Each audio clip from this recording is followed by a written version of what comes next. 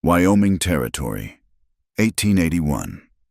The heat of the high noon sun beat down on Sagebrush Ferry, pressing on the unpainted planks of the small church at the edge of town until they wept beads of pine resin. The air inside was thick, a heavy blanket woven from the smells of raw lumber, the fine dust of the high plains that coated every surface, and the faint, papery scent of dried wildflowers tucked into the window sashes. It was a place built for solemnity, but today it held a different kind of quiet, a brittle, watchful silence that clung to the back of the neck. Then the heavy oak doors swung inward, carving a brilliant, blinding rectangle of light out of the nave's dusty gloom. Framed within it stood Maybelle Hart. She was a whisper in a world of shouts. Her life lived in the silent spaces between the sounds she could only guess at. Her wedding dress, a simple cream-colored cotton borrowed from the town seamstress, was her armor. In her hands, she clutched a bouquet of dried lavender, its fragile stems a reflection of the tremor in her fingers. She had practiced her smile in the small, warped mirror in her boarding room, a steady, brave curve of her lips that she hoped concealed the frantic fluttering in her chest. As she began her slow walk down the aisle, her eyes, the color of a stormy prairie sky, were fixed forward, not on the man waiting at the altar, but on the pattern of light and shadow cast by the cross on the far wall. It was something solid, something real, in a moment that felt terrifyingly abstract. The congregation did not whisper. They had no need. Their judgment was a language spoken in stillness. Eyes followed her, sharp and assessing. Lips pursed in tight lines of pity that masqueraded as piety. Eyebrows arched in shared, unspoken commentary. A man in the second pew, a stout merchant with a thick mustache, coughed into his hand, and the sound was a dismissal. A woman beside him, her face a mask of sour disapproval, nudged her neighbor. "She can't even hear the vows," the gesture said. A few stifled snickers rippled through the pews. Quiet sounds that felt sharper than any knife, slicing through the sacred air. Maybelle felt the vibrations of their contempt through the soles of her worn shoes. A low, ugly hum that traveled up her spine. She kept her chin high, her practiced smile unwavering. At the altar stood Caleb Merritt, his suit a little too tight across the shoulders, his face slick with sweat.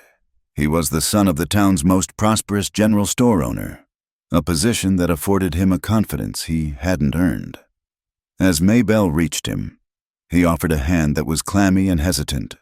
The pastor, a weary man with eyes that had seen too much hardship and not enough grace, cleared his throat and began the familiar rites. His voice was a low drone that Maybelle felt more than heard, a vibration in the floorboards.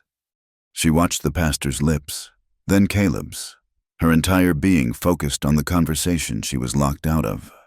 The pastor turned to Caleb, his mouth forming the fateful question, "Do you, Caleb Merritt, take this woman?"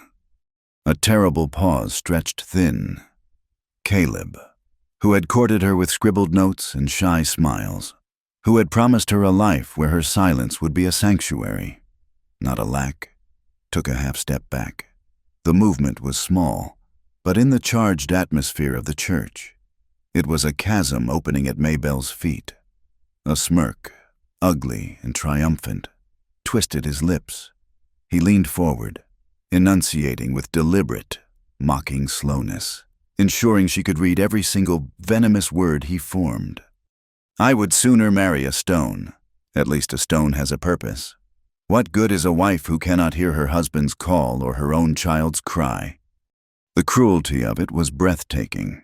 It was not a simple rejection. It was a public execution of her worth, performed for the amusement of the very people who had always seen her as broken. For a single, frozen moment, Maybelle simply stared, the words replaying in her mind, each syllable a fresh lash. The brave smile finally shattered.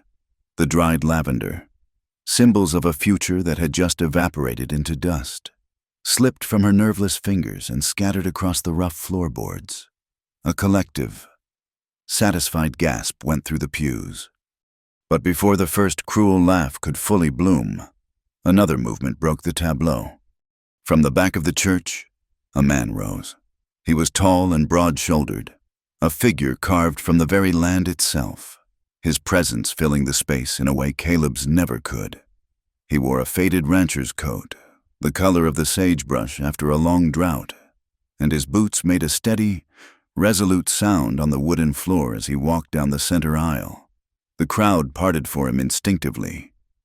This was Jesse Rowntree, owner of the Red Willow Ranch, a man who spoke little but whose word was as solid as the granite of the Laramie Mountains. His face was weathered by sun and wind, and his eyes, clear and direct, missed nothing. He did not look at Caleb. He did not look at the pastor. His gaze was fixed solely on Maybelle, who stood trembling and alone, a ghost at her own wedding. He stopped before her, ignoring the scattered lavender at his feet, with a gentleness that seemed impossible for a man of his size. He reached out a calloused, work-hardened hand and gently helped her to her feet. The touch was firm, grounding. Then, and only then, did he turn his gaze upon the stunned congregation. His voice was not loud, but it carried the weight of absolute conviction, cutting through the silence like a clean axe through dead wood. "She is better than all of you." He let the words hang in the air, a final judgment on their hypocrisy. He then turned back to Maybelle, whose eyes were wide with a mixture of shock and disbelief. He raised his hand, his fingers moving in a simple, clear sign he had learned from a traveling peddler years ago. Just 2 fingers, tucked and extended, a gesture that needed no sound to be understood. "Safe." The pastor's mouth hung slightly ajar, his brows knitted in a knot of clerical confusion. The sacred script of the wedding ceremony had been violently torn from his hands, and he was left stammering in the unholy silence.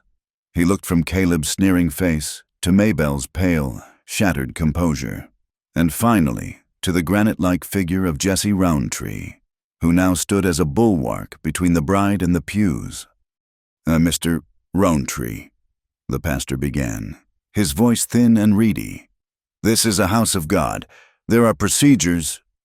Jesse did not raise his voice. He didn't need to.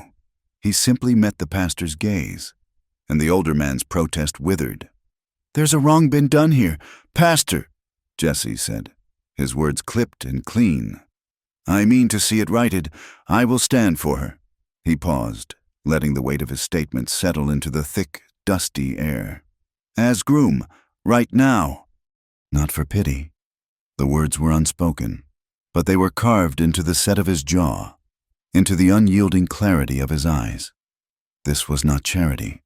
This was a correction, a realignment of an injustice so profound it had soured the very sunlight pouring through the church windows. It was a matter of respect, a concept that seemed to have been entirely forgotten within these 4 walls. Maybelle felt the vibration of his voice travel from the hand on her arm, through her entire body. It was a low, steady rumble, a stark contrast to the chaotic, silent screaming that filled her own mind. Her world had collapsed into a pinprick of focused humiliation. She had seen the contempt in their eyes for years, felt the sting of their casual dismissals, but she had never imagined a cruelty so deliberate, so personal. Caleb's words, formed slowly for her to understand, were acid, burning away the fragile hope she had dared to nurture. Now, this man, this stranger whose name she barely knew, was offering. What? A different kind of humiliation, a public spectacle of rescue. She lifted her gaze from the floorboards and truly looked at him. She read his face the way she read everything else in her silent world, with an intensity that peeled back layers of social artifice. She saw no pity in his eyes. Pity was a soft, condescending thing she knew all too well. This was something harder, something elemental. It was the stark integrity of a man who lived by a code forged in solitude and hardship. In the harsh lines of his face, she saw an unwavering directness that was the polar opposite of Caleb's smirking deceit. He was not looking at her as something broken to be fixed. He was looking at her as a person who had been wronged. In that moment, standing in the ruins of her life, She was given a choice. She could crumble completely, validating the congregation's view of her as a fragile, helpless thing. Or she could take this man's offered hand. It was a desperate choice, born of profound despair, but it was a choice nonetheless. And in choosing, there was a sliver of dignity. She gave a single, almost imperceptible nod. A coarse, barking laugh erupted from the altar. Caleb, trying to reclaim his dominance, threw his head back in a caricature of amusement. Well, well, the silent saint of Red Willow playing hero. Are you so desperate for a wife? Rowntree, you'll take damaged goods. His mother, a woman with a face permanently pinched from disapproval, chimed in with a voice like shattering glass. He's just taking in a stray. It's a charitable act, nothing more. A few nervous snickers of support followed from those loyal to the Merritt family's mercantile wealth. But most of the congregation fell silent. Under Jesse Rowntree's steady, unimpressed gaze, their smirks faltered, and their eyes dropped to the hymn books in their laps. His quiet power had a gravity that their petty cruelties could not escape. He did not even grant Caleb or his mother the dignity of a glance. The pastor, flustered but prodded into action by Jesse's sheer force of will, fumbled with his book. The ceremony that followed was a stripped, skeletal version of the original. The flowery language of love and devotion was gone, replaced by the barest legal framework. He asked the questions in a rushed, unsteady voice. Do you, Jesse Rowntree, take this woman to be your lawfully wedded wife? I do. The answer was immediate. Resolute? The pastor turned to Maybelle, his expression a mix of awe and apprehension. He opened his mouth, then closed it. Realizing the futility of the spoken word, he simply looked at her, a question in his eyes. Maybelle met his gaze and gave her second, slightly firmer, nod. Then, by the authority vested in me, the pastor concluded, his voice trailing off into a mumble, I pronounce you man and wife. There was no swelling organ music, no joyous applause, no celebratory kiss. There was only a thick, suffocating silence, punctuated by the lonely sound of the prairie wind rattling a loose pane of glass in its frame. Maybelle couldn't hear the wind, but she felt its restless, ghostly touch on the bare skin of her neck. It felt like the world's cold, indifferent sigh. Without a word, Jesse took her hand, his grip firm and sure, and led her back down the aisle. The congregation, moments before a panel of judges, was now a gallery of mute, ashamed statues. They parted before him, their heads bowed, their eyes averted. He moved with an unhurried purpose, a man cutting a path through tall grass. He did not stop until they were outside, back in the blinding, honest sunlight. His horse, a powerful roan with a coat the color of a twilight storm, stood hitched to the post. Blue Comet. Jesse swung himself into the saddle with fluid grace, then reached down for her. She placed her foot in the stirrup and allowed him to pull her up, settling her sideways in front of him. His arm came around her waist to steady her, a solid, impersonal band of strength. The ride to Red Willow was a long passage through silence. The horse's hooves kicked up plumes of fine red dust that hung in the air behind them like a fading memory. High above, a hawk circled on the thermal currents, a lonely speck in an endless, bleached blue sky. They did not speak. There were no words for a situation like this, no language to bridge the chasm of strangeness that separated them. They were two solitary figures moving through a vast landscape, bound by an act of public defiance. Now and then, their eyes would meet, and they would exchange a difficult, questioning nod, a minimal acknowledgement of their shared, unbelievable reality. The Red Willow Ranch appeared over a rise, not as a grand statement, but as a simple, unshakable fact. The main house was built of thick, dark logs, chinked securely against the Wyoming winters. A stone chimney rose from the roof, and a plume of pale smoke drifted from it, a sign of life and warmth within. It was a place that felt rooted, permanent. Jesse dismounted and lifted her down, his hands careful on her waist. He led her onto the porch and through the front door into the main room. A fire crackled in the hearth, casting a warm, dancing light on the simple, sturdy wooden furniture. The air smelled of wood smoke, coffee, and leather. It was a place of quiet, masculine order. Against one wall, next to a small bookshelf, stood a large slate chalkboard, a stick of white chalk resting in a groove at its base. Jesse gestured for her to sit in a heavy wooden armchair by the fire. He walked to the chalkboard, picked up the chalk, and wrote in a clear, strong hand. His letters were plain, without flourish. "You are safe here. Rest." He turned to look at her, his expression unreadable. Maybelle watched him, her heart a tight, painful knot in her chest. The warmth of the fire was beginning to thaw the icy shock that had encased her, and with the thaw came a wave of overwhelming confusion and a deep, aching vulnerability. She stood up, walked to the chalkboard, and took the chalk from his offered hand. Her own hand trembled, making the letters shaky and thin. "You did not have to do this." It was both a statement and a question, acknowledgement and bewilderment. Jesse took the chalk back. For a long moment, he simply stood, looking at what she had written. Then, with a few swift, deliberate strokes, he drew a simple picture of a human ear.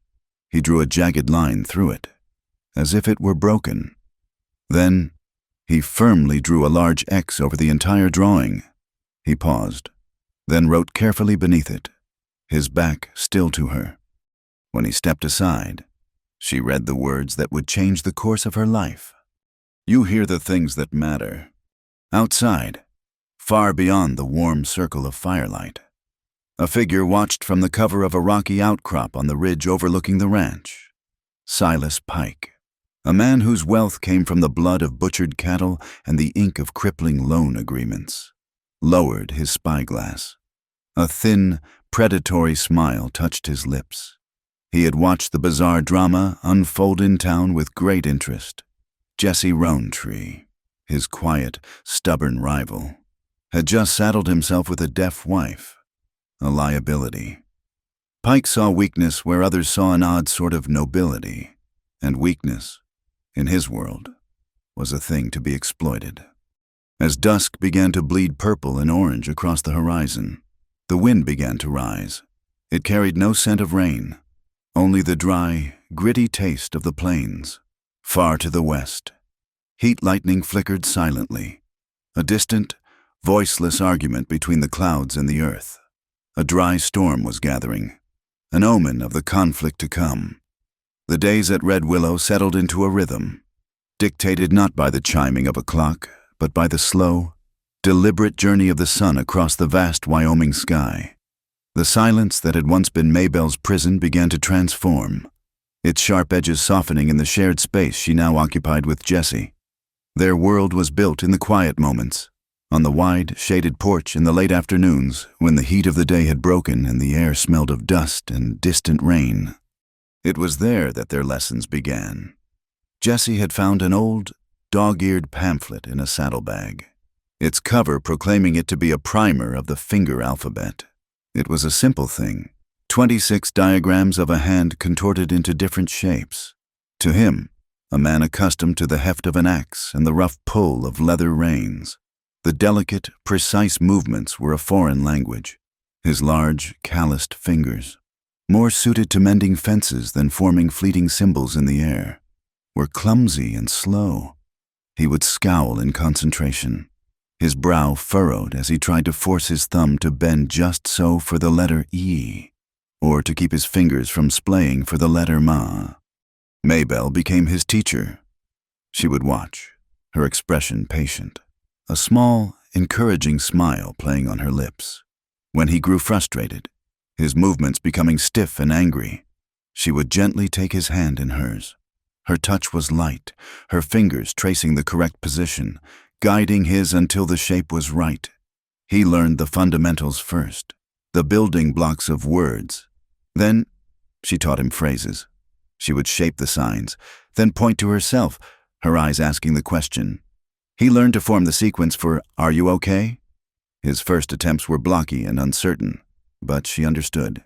He learned the sign for "hungry," a simple, practical question that became a cornerstone of their evenings. He learned the gentle, soothing motion for "sleep well," a phrase he would sign to her from the doorway of her room each night before retiring to his own. The day he finally learned to spell her name was a small, profound victory. Maybelle. He signed it slowly, deliberately, his eyes locked on hers. When he finished, he looked at her expectantly, a question in his gaze. A light bloomed in her face, a pure, unreserved joy that was more radiant than any sound. She tilted her head back and laughed. It was a completely silent thing, a beautiful, convulsive motion of her shoulders and chest, her mouth wide with happiness. It was the most wonderful sound Jessie had never heard. Inside, in the warmth of the ranch kitchen that always smelled of baking cornbread and brewing coffee, they devised another system. It was Jessie's idea, born from the practical anxieties of a life lived on the frontier. He took her hand and led her to the heavy oak table that dominated the center of the room. He rapped his knuckles against the wood, a single, solid thud. He looked at her and nodded, giving a thumbs up. Okay. Then he rapped twice, a quick, urgent rhythm. He widened his eyes, his expression conveying a need for assistance. Help. Finally, he struck the table 3 times, hard and fast, the vibrations sharp and alarming. His face was grim. Danger. It was a simple code, a way for her to communicate across the house, a way for him to send a warning she could feel through the soles of her feet. It was an acknowledgement that this life held risks, and that they would face them together. One evening, as the shadows grew long and the fire cast dancing patterns on the log walls, Maybelle began to tell him her story. She didn't use the chalkboard. Words felt too small, too clumsy for the weight of her past. Instead, she used her hands. With graceful, heartbreaking fluidity, her signs spoke of a childhood spent behind an invisible wall of glass. She described the way other children's games would swirl around her, a chaotic blur of motion and unheard laughter. She conveyed the frustration of watching her parents' lips move, knowing they were speaking words of love or anger, but only catching the ghost of their meaning. There were no signs for violence or overt cruelty, only the devastating, cumulative chill of being overlooked, of being treated as an absence, a void where a person should be. Her hands sculpted the shape of a room full of people, then showed herself standing in the corner, invisible. It was a story of profound and terrible loneliness.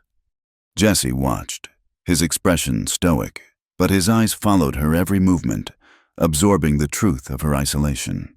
When she finished, her hands falling still in her lap, he didn't offer empty platitudes. He simply stood, went to the chalkboard, and wrote, "Silence isn't an absence. Sometimes it's how you keep the truth whole." The words were a balm, a profound validation of her entire existence. He understood. He did not see her as lacking. He saw her as possessing a different kind of strength, a different kind of truth. The air between them began to change, charged with a new, unspoken tenderness. A few nights later, Jesse led her out of the house and down a moonlit path to Willow Draw, the creek that gave the ranch its name. The cottonwoods whispered in a breeze she could feel against her skin, and the water murmured over smooth stones, a vibration she could sense through the ground. They sat on a large, flat rock, the silvery light of the moon illuminating the landscape. For a long time, they just sat, side by side, their shoulders almost touching. Then, hesitantly, Jesse reached out and laid his hand over hers. It was not a gesture of guidance or instruction, but one of simple connection. He covered her smaller hand completely, his warmth seeping into her skin. She turned her hand over and laced her fingers through his. They sat like that, watching the starlight glitter on the moving water, their joined hands telling a story all their own. Slowly, he leaned closer, and she met him halfway. He rested his forehead against hers, a gesture of profound intimacy. In that touch, with their eyes closed, they could feel the faint, rhythmic pulse of each other's blood, a silent, shared heartbeat. He tilted his head, and his lips met hers. The kiss was slow, tentative, and deeply respectful. It was not a kiss of sudden passion, but of dawning recognition, an acknowledgement of the quiet, resilient soul he had come to see. The world seemed to pull away, leaving only the two of them in the moonlight, the sound of the creek and the rustle of the wind serving as the only witnesses. The next morning, when Maybelle came into the kitchen, a heavy wool shawl was draped over the back of her chair to ward off the pre-dawn chill. Tucked into its folds was a small piece of cardstock, torn from a feed sack. On it, Jessie had drawn a heart. It was lopsided and crudely rendered, a charmingly imperfect symbol. She picked it up, her fingers tracing the charcoal lines. Later that day, she carefully opened the small, silver locket she wore around her neck, a keepsake from her mother, and folded the small drawing inside, pressing it close to her own heart. Their partnership grew in practical ways as well. Jessie, ever mindful of her, recognized the vulnerability of her silence, especially at night. Together, they climbed the tall ladder to the top of the grain silo, the highest point on the ranch. There, they rigged a pulley system with a set of lanterns. They worked out a code of lights, one steady light for all is well, 2 lights for strangers sighted, a swinging lantern for emergency. It was their signal corner, a way for her to read the state of the ranch from her bedroom window, a way for her to be a watchman, a guardian, just like him. Spring deepened into summer, and with it came new life. One morning, Jessie led her to the pasture, his face lit with a rare, open smile. There, huddled against their mothers, were a half-dozen newborn calves, their legs wobbly, their coats still wet. It was a simple, beautiful sight, a testament to the ranch's endurance and future, the small, shared joy of watching them take their first clumsy steps felt like a foundation stone being laid for the new home they were inadvertently building. That night, Maybelle unpacked a small, leather-bound journal she had kept hidden at the bottom of her trunk for years. Its pages had remained empty. There had been nothing she felt was worth recording. She opened it, dipped a pen in a pot of ink, and in her neat, careful script, she wrote her first entry in a long, long time. Today, silence tasted sweet. The fragile piece of red willow was not destined to last. It was a small island of quiet decency in a territory where a man's fortune and his life could be swept away as quickly as a summer flash flood. And the storm that was gathering had a name: Silas Pike. Pike was a man who understood the brutal arithmetic of the frontier. He did not deal in cattle or crops, he dealt in desperation. From the back room of his sprawling slaughterhouse on the edge of town, a place that perpetually smelled of blood and fear, he ran a shadow bank. He extended credit to ranchers and homesteaders pushed to the brink by drought or bad luck, and he watched their debt grow with the patient satisfaction of a spider watching a fly struggle in its web. When the time was right, he would collect, not in coin, but in land, livestock, and loyalty. One of his most valuable assets was Deputy Sheriff Dean Crow, a man with a weak chin and a strong appetite for Pike's money. A badge, Pike knew, was the cheapest and most effective weapon one could buy. For months, Pike's ambition had been fixed on a single prize, Juniper Spring. The spring was a geological miracle, an artery of pure, cold water that bubbled up from deep within the earth on the eastern edge of the Red Willow Ranch. It was the lifeblood of Jesse's operation, ensuring his herd stayed healthy even when the prairie turned to a brown, cracked wasteland. To control Juniper Spring was to control the entire valley, and Silas Pike intended to control it. Jesse Roantree's stubborn independence had been a thorn in his side for years. Now, with Jesse's bizarre marriage, Pike finally saw an opening. The first whispers began in Merritt's general store. Caleb, his face a mask of wounded pride, had found a willing and powerful ally in Silas Pike. Humiliation had curdled into a venomous need for revenge, and Pike gave him the means to dispense it. "It's a tragedy, is what it is," Caleb would say to anyone who would listen, his voice dripping with false sympathy. "Rowntree's a good man, but he's saddled himself with a burden. A wife who can't hear a stampede coming or a coyote in the chicken coop. It'll be the ruin of him." The poison spread. Farmers who had once shared a drink with Jesse now turned their backs when he entered the saloon. At the livestock auction, his bids were ignored, his stock suddenly deemed unhealthy. The town that had judged Maybelle in the church was now judging the man who had defended her. The whispers soon gave way to action. One morning, Jesse rode out to his southern pasture to find 300 yards of barbed wire fence cut clean through. The wire was snipped with professional precision, not torn by a panicked animal. In the soft earth near the fence line, he found hoof prints from 2 shod horses shod differently from his own stock. His herd of new calves had been scattered, driven in terror towards the rocky badlands. It took him and his 2 ranch hands the entire day to round them up, losing 2 to exhaustion. As the sun bled into the horizon, his foot caught on something in the tall grass. It was a small, grimy scrap of dark wool, torn from a jacket. The fabric was cheap and coarse, the kind favored by the hard, transient men who worked for Silas Pike at the slaughterhouse.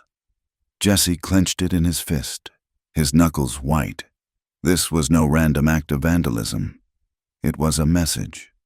That night, an unnerving quiet settled over the ranch house.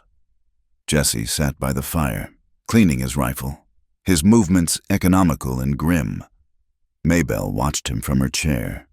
Sensing the cold anger radiating from him, she felt a familiar helplessness, a frustration at being locked out of the vital, urgent conversations of the world. She went to bed feeling the weight of Caleb's rumors she was a burden, a liability. She awoke in the dead of night not to a sound, but to a feeling. It started as a low, almost imperceptible thrumming in the floorboards beneath her bed, a deep, discordant vibration that was alien to the normal rhythms of the ranch. It was nothing like the steady, heavy tread of a single horse or the gentle shifting of the house as it settled. This was a frantic, chaotic tremor, the vibration of hundreds of panicked hooves drumming against the hard-packed earth. It was the feeling of terror. The ranch dogs, sleeping soundly on the porch, had not yet caught the scent or sound. She was out of bed in an instant, her heart pounding. She ran from her room, her bare feet silent on the wooden floors. She did not bother with the chalkboard.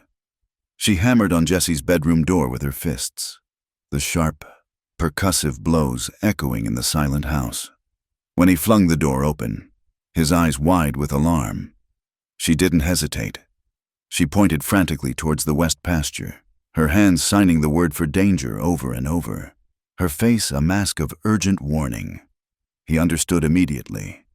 He grabbed his shotgun and was out the door in a flash, Maybelle close behind him. They burst out onto the porch just as the dogs erupted in a frenzy of barking. In the pale moonlight, they could see a wave of dark shapes moving in the distance, their main herd, nearly 100 head of cattle, being driven hard towards a deep ravine at the edge of the property. 2 riders were flanking them, pushing them towards the precipice. Jesse fired a single blast from his shotgun into the air. The sound, a deafening roar that Maybelle felt as a violent concussion in her chest, spooked the riders.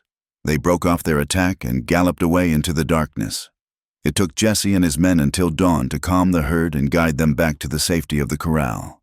But the message was clear. Pike was no longer content with just cutting fences. He was now aiming for the heart of Red Willow. Maybelle had saved the herd. Her silence had heard a warning that others had missed. The following week, they rode into the market town of Cotton Burr. The atmosphere was palpably hostile. Men who had known Jesse for years now stared at the ground as he passed. He needed to buy a new pump gasket, a vital piece of equipment, but the blacksmith suddenly claimed to be out of stock. As they stood in the dusty main street, a carriage pulled up, and Silas Pike emerged, dressed in a tailored suit that looked out of place in the rustic town.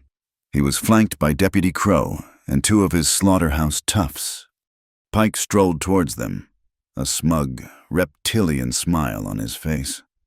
"Rowntree," he said, his voice loud enough for the entire street to hear. "I heard you've had some trouble out at your place. A shame. It takes a vigilant man to run a ranch, a man who can hear trouble coming." He looked pointedly at Maybelle, who stood beside Jesse, her expression unreadable. "Still," Pike continued, his eyes glinting with malice, "one has to admire your Christian charity. Playing the hero for a girl who can't even argue back. It's a noble gesture." The insult was designed to provoke, to paint Jesse as a fool and Maybelle as a helpless object. Jesse didn't rise to the bait. He stood his ground, his body relaxed but his eyes as hard and cold as river stones. He looked directly at Pike, his voice low and steady, yet it cut through the street noise like a razor. "She speaks with a conviction you've never understood, Pike, and she hears more than you'll ever know." Pike's smile tightened. He had expected a flash of temper, a public brawl. This quiet, unshakable confidence unnerved him. He gestured to Dean Crow. The deputy stepped forward, clearing his throat officiously. He unrolled a scroll of paper with a flourish. "Jesse Rowntree," Crow announced, his voice straining for authority. "I have here an official notice from the Talcott County Court. A legal dispute has been filed regarding the water rights to 1 Juniper Spring. Until this matter is resolved by a circuit judge, I am hereby ordering the waterway to be closed, effective immediately." He presented the paper. It looked official enough, adorned with a bright red wax seal. The language was dense and impenetrable, but the threat was crystal clear. Jesse stared at the document, a cold knot forming in his stomach. It was a lie, a complete fabrication. Red Willow's rights to that spring were as old as the territory itself, but this was a lie sanctioned by the law, a lie that could choke his ranch to death. They rode back to Red Willow in a grim silence. The legal notice was a far greater threat than cut fences or scattered cattle. Without the spring, the ranch would wither and die within a month. That evening, Jesse paced the main room like a caged animal. "He forged it," Jesse said, speaking more to himself than to her. "He must have, but how do I prove it?" Maybelle watched him, her mind racing. She went to the chalkboard and wrote, "Town Records." Jesse stopped pacing and looked at her, then at the board. "The county archive?" he breathed. "The original survey maps." He looked at her, a new respect dawning in his eyes. "It's a long shot. The records are a mess, and Crow will have someone watching the place." She took the chalk again and wrote with fierce determination, "I am going with you." She then picked up a small, worn notebook and a pencil from the mantel. Tucking them into her pocket, she would not be a burden. She would be his partner. They rode out after midnight, skirting the main road and approaching the town from the south. They tethered the horses in a grove of cottonwoods and slipped through the back alleys of the sleeping town. The records office was a small, clapboard building attached to the sheriff's office. A single lamp burned in Crow's office, but the archives were dark. Jesse pried open a rear window with his knife, and they slipped inside. The air was thick with the musty, sweet smell of decaying paper and forgotten lives. Moonlight streamed through the grimy windows, illuminating towering shelves crammed with dusty, leather-bound ledgers and rolled-up maps tied with faded string. It was a tomb of forgotten facts. For hours, they searched. Jesse, working by the light of a small, shielded lantern, pulled down heavy folio books, his hands gentle on the brittle pages. Maybelle, her eyes sharp in the dim light, scanned the labels and dates. It was a frustrating, seemingly hopeless task. Finally, tucked away on a high shelf, Jesse found it, Talcott County Geological Survey, 1869. It was a massive, unwieldy book. He carried it to a table and carefully opened it. He unrolled the map for Section 12, the land that was now Red Willow. There, in faded but clear ink, was the unmistakable shape of his property, and running right through the heart of it was a thin blue line, labeled in elegant script Juniper Spring. It was indisputable proof. He then examined the official county seal pressed into the corner of the map. It was an intricate design, and through the center of it ran a tiny, hairline crack, an imperfection in the old metal press. His heart surged with triumph. He then pulled out the notice Crow had served him. Under the lantern light, he examined the red wax seal. It was perfect, pristine, with no crack. It was a forgery made with a newer, different seal. As he was about to show Maybelle, her hand shot out and her finger pointed to another document on the table, the recently filed claim that Crow had based his notice on. Her finger rested on the bottom of the page, near the forged signature of a fictional claimant. There, barely visible in the faint light, was a dark, greasy smudge, the unmistakable whirl of a fresh, inky thumbprint. The forger, in his haste, had been careless. They had him. They had the proof. A wave of relief washed over Jesse. They had the weapon they needed to fight back. And then a new sensation cut through the silence. For Jesse, it was a sound, a faint, rhythmic clanging carried on the night air. For Maybelle, it was a vibration. It started in the soles of her feet, a deep, resonant, pulsing throb that she had come to recognize from the town's fire drills. The church bell. It was ringing the alarm. They rushed to the dusty window and peered out.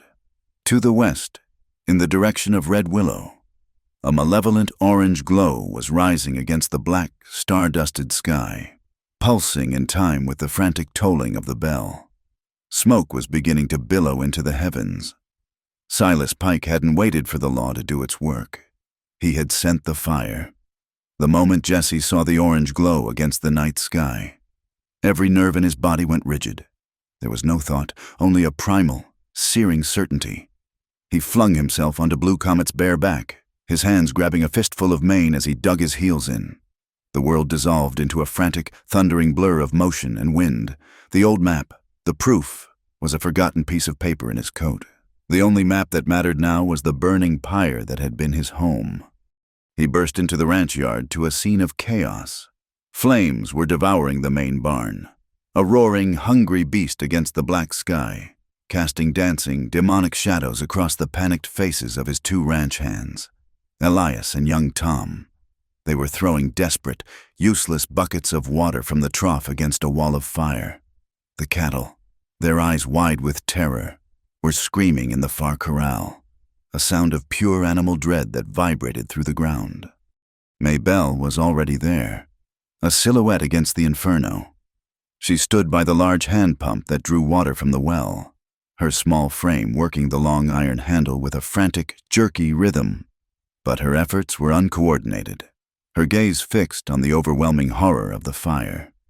Jesse slid off the horse before it even stopped, his mind cutting through the panic with cold precision. He grabbed a lantern from the porch, lit it, and ran to a position where she could see him clearly, away from the blinding glare of the flames. He raised the lantern high, then brought it down in a steady, powerful arc.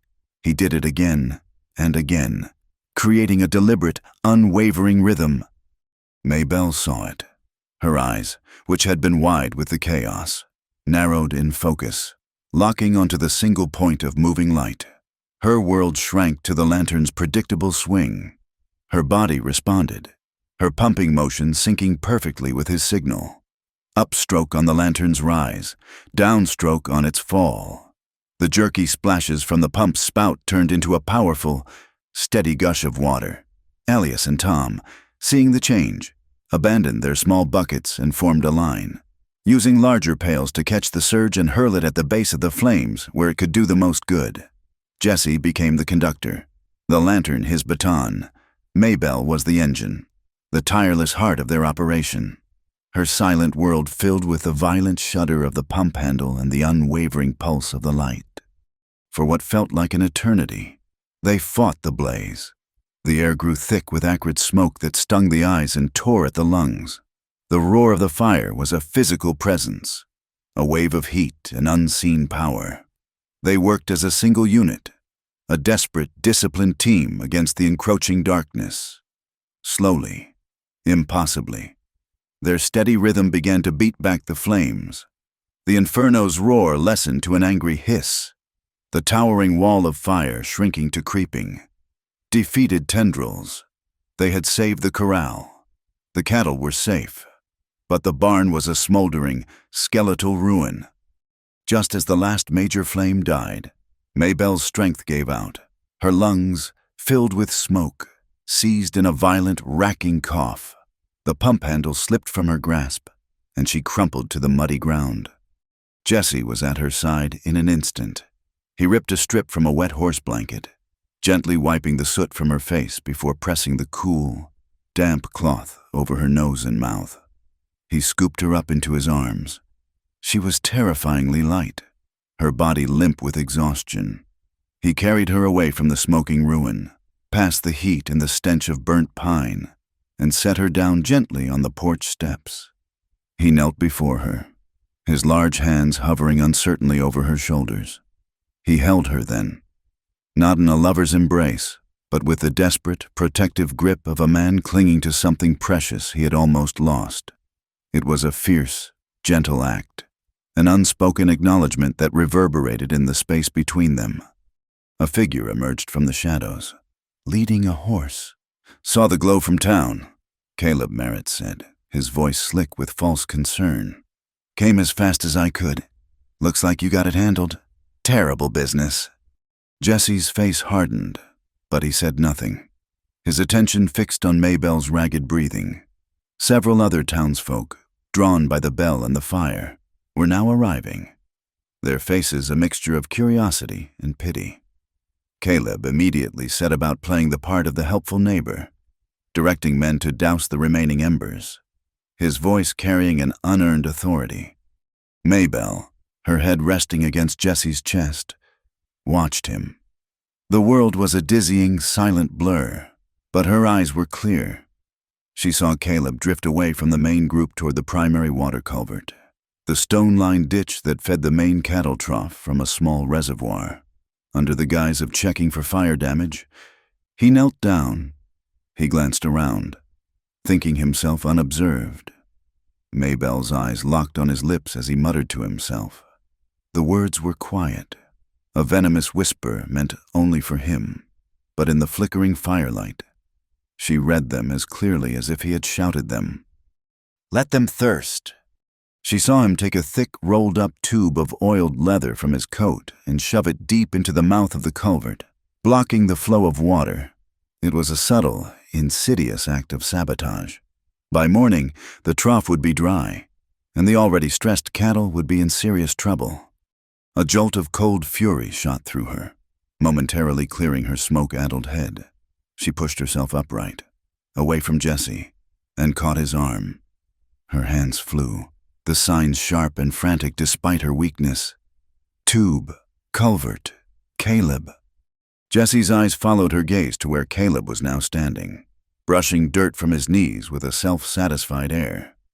Jesse's expression didn't change, but a dangerous stillness settled over him. He gave Maybelle's shoulder a single, reassuring squeeze, then rose and walked calmly toward the house. He returned a moment later carrying a heavy object, the box camera and tripod belonging to the traveling photographer he had hired last month to take portraits of his prize bulls. Without a word to anyone, he walked to the culvert. He knelt, reached deep into the muddy opening, and pulled out the leather tube. Water surged forth immediately. He laid the dripping, mud-caked object on a flat stone. Then, with methodical calm, he set up the camera, slid a glass plate into place, and triggered the magnesium flash. A brilliant, silent explosion of white light momentarily bleached the scene, freezing the image of the sabotage for eternity. Caleb froze, his face a mask of pure panic, caught in the silent, accusatory glare. As if on cue, the sky opened, a low rumble of thunder, which no one had heard over the fire's roar, gave way to a torrential downpour. It was a rare, unseasonable gift from the heavens. The rain hammered down, hissing on the hot embers, turning the scorched earth to black mud and washing the world clean. It drummed on the roof of the porch where Jessie and Maybelle stood, a sound of furious, welcome relief under the relentless wash of the water. The chaos of the yard began to resolve. The rain sluiced away the layers of ash near the barn, revealing a set of deep, muddy ruts that hadn't been there before the tracks of a heavy wagon, not a ranch buggy. They pointed away from the ranch, leading east, straight toward the jagged silhouette of Smoke Ridge, the location of Silas Pike's secondary line camp and butchering station. An hour before dawn, Jesse rode into a sleeping sagebrush ferry. He didn't go to the sheriff. He went to the boarding house run by Lottie Vale. Lottie was a widow in her 50s, a woman with a spine of iron and a deep, abiding hatred for Silas Pike, who had ruined her brother with his predatory loans. Jesse found her in the kitchen, already baking bread. He laid the carefully wrapped glass plate and the original survey map on her flour-dusted table. "Lottie," he said, his voice low and tired, "I need you to keep these safe, somewhere no one will find them." She looked from the evidence to his soot-stained face, her eyes missing nothing. She simply nodded, wiping her hands on her apron. "Pike. Pike," Jessie confirmed. She took the items and disappeared into the cellar, returning empty-handed. "They'll be safe with me, Jessie. You go and bring that man to justice." When he returned to Red Willow, the exhaustion hit him like a physical blow. He found Maybelle asleep in the armchair by the now cold hearth, a wool blanket wrapped around her. She was shivering, not from the chill, but from the deep, cellular shock of the night's events. He carefully lifted her, carried her to her bed, and tucked the blankets tightly around her. He pulled a chair to her bedside and simply sat in the darkness, watching over her. Her eyes fluttered open, finding him in the gloom. She was still trembling. He raised his hand, the movement slow and deliberate in the quiet room. He signed the single word they had learned together. "Here." He signed it again and again. A steady, rhythmic promise. "I am here." Her trembling began to subside. She reached a hand out from under the covers, and he took it, his large, rough hand enveloping hers, their fingers intertwined, a silent anchor in the dark. And together, in the quiet aftermath of the fire, they finally slept. Jesse was up before the sun, his exhaustion burned away by a cold, clear purpose. When Maybelle awoke, the first light of dawn was just beginning to touch the windowsill. On the small table beside her bed sat a steaming mug of hot cocoa. Next to it was a folded piece of paper. She opened it. Jesse's blocky, straightforward script filled the page. "Today we take back Juniper Spring." A small, determined smile touched her lips. She got up and went to the small wooden chest at the foot of her bed. From it, she took a single, fragrant sprig of dried lavender, a survivor from the bouquet she had dropped on the church floor. She walked back to the bedside table and laid the sprig gently next to his note. It was her answer, her vow, a silent promise of allegiance. The sun finally crested the horizon, sending a single brilliant ray of light through the window. It struck the wall, a shimmering, trembling spear of gold. To Maybelle, it was not just light. It was the movement of hope, a vibration she could see with her own eyes, a silent tremor announcing the start of a new and decisive day. The Talcott County Courthouse was not a place of grandeur. It was a place of grim necessity, built from the same pine and grit as the rest of the town. It smelled of stale tobacco, aging paper, and the sweat of anxious men. On the day of the hearing, the summer heat pressed in through the tall, dirty windows, making the air thick and hard to breathe. The room was packed, the rough-hewn benches filled with ranchers, merchants, and homesteaders, their faces a mixture of morbid curiosity and vested interest. Water was life, and a fight over it was better than any traveling theater show. At a plaintiff's table sat Silas Pike, resplendent in a black frock coat that was a size too small and made of a fabric that tried to be silk but failed. He aimed for an image of sophisticated power, but achieved only the look of a cheap undertaker. Beside him, his lawyer, a sharp-faced man named Fletcher from Cheyenne, shuffled papers with an air of dismissive confidence. In a chair by the wall, trying to look official and impartial, sat Deputy Dean Crow. A sheen of sweat covered his upper lip, and his eyes darted nervously around the room, avoiding Jesse's steady gaze. At the defendant's table sat Jesse Rowntree and Maybelle Hart. They were an island of stillness in the restless sea of the courtroom. Jesse wore his clean rancher's coat, his hands resting on the table before him, his posture straight, his face a mask of resolute calm. Maybelle sat beside him, a small notebook and pencil held ready in her lap. She wore a simple blue dress, and her attention was absolute, her eyes moving from face to face, reading the silent, universal language of tension. The proceedings were opened by Judge Thompson, a man whose face looked like a topographical map of the Wyoming Territory, all harsh lines and weathered endurance. He banged a wooden gavel, the sound a flat, authoritative crack that Maybelle felt in her chest. He dispensed with pleasantries. This court is convened to hear the matter of the dispute over water rights to Juniper Spring. Mr. Pike, your counsel may begin. Fletcher rose, his voice smooth and practiced. He spoke of progress, of proper land management, of the need for water to serve the greater good, a greater good that conveniently aligned with Silas Pike's business interests. He presented the forged claim, its new, perfect seal gleaming on the page, and spoke of it as an unassailable legal fact. When he finished, the judge turned his tired eyes to the other table. Mr. Rowntree. Jesse stood. He did not have a lawyer. He was his own counsel. Your Honor, he began, his voice plain and direct. That document is a lie. A murmur went through the crowd. Fletcher scoffed. A bold accusation, sir, from a man with no proof. I have proof, Jesse said simply. He walked to the judge's bench and laid a large, rolled-up document on the wood.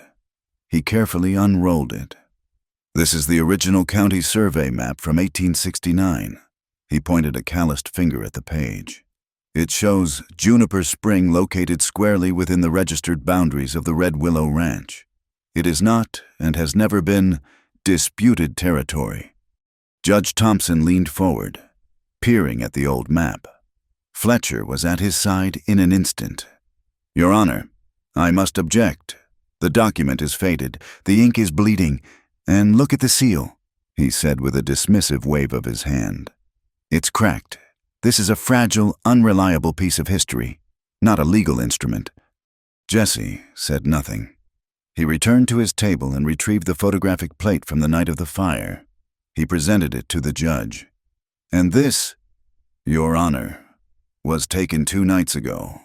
It shows an illegal obstruction, an oiled leather tube that was used to block the main water culvert on my property, in direct violation of territorial law.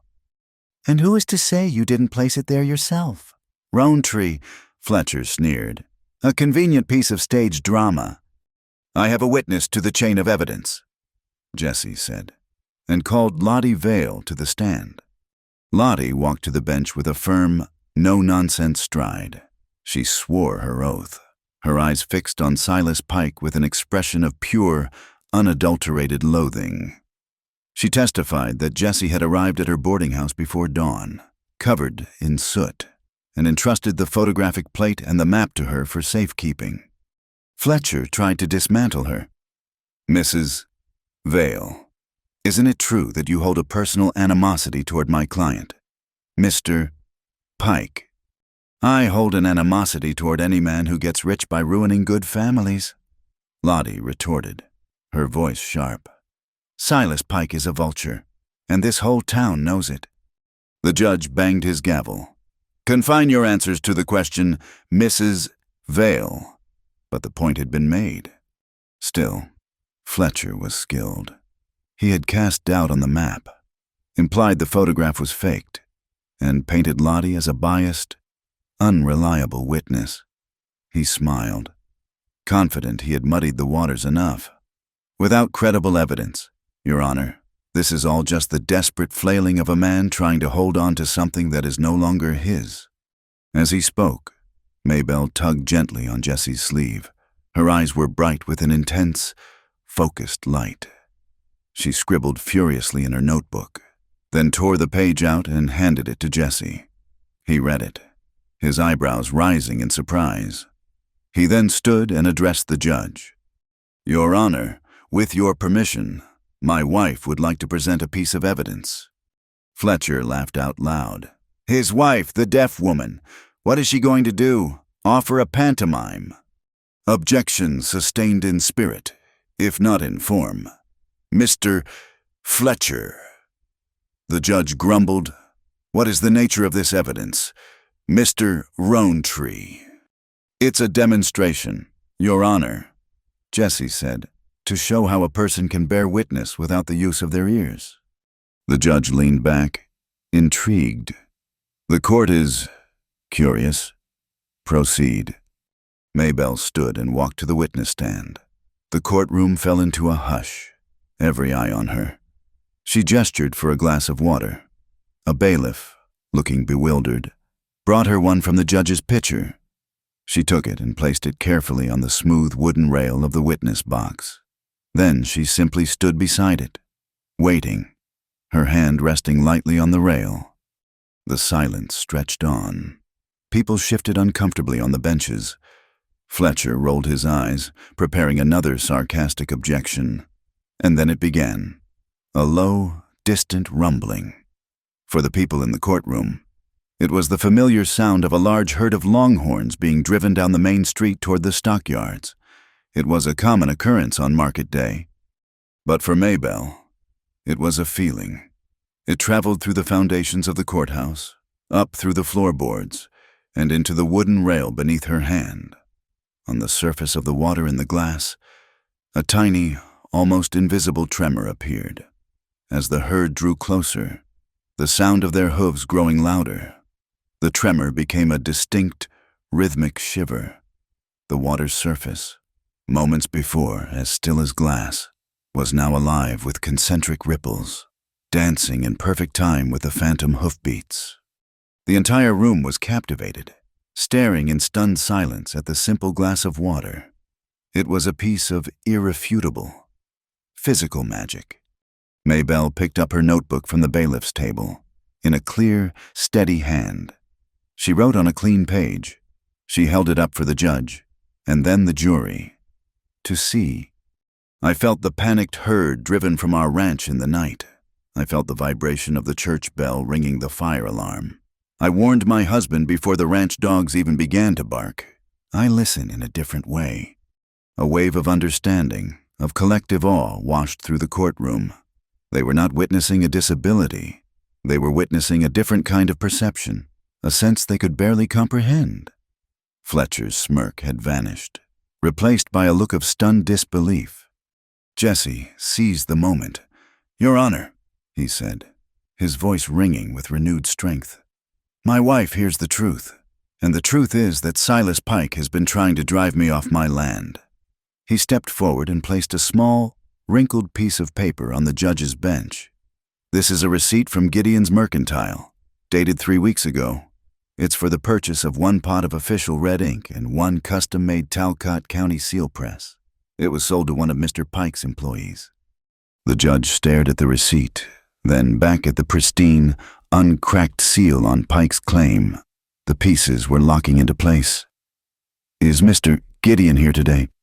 A small, balding man in an apron stood nervously from the back of the room. I am, Your Honor, and I can attest, that man, he said, pointing a trembling finger at one of Pike's men, is the one who bought it. The judge's face was like granite. The court calls Caleb Merritt to the stand.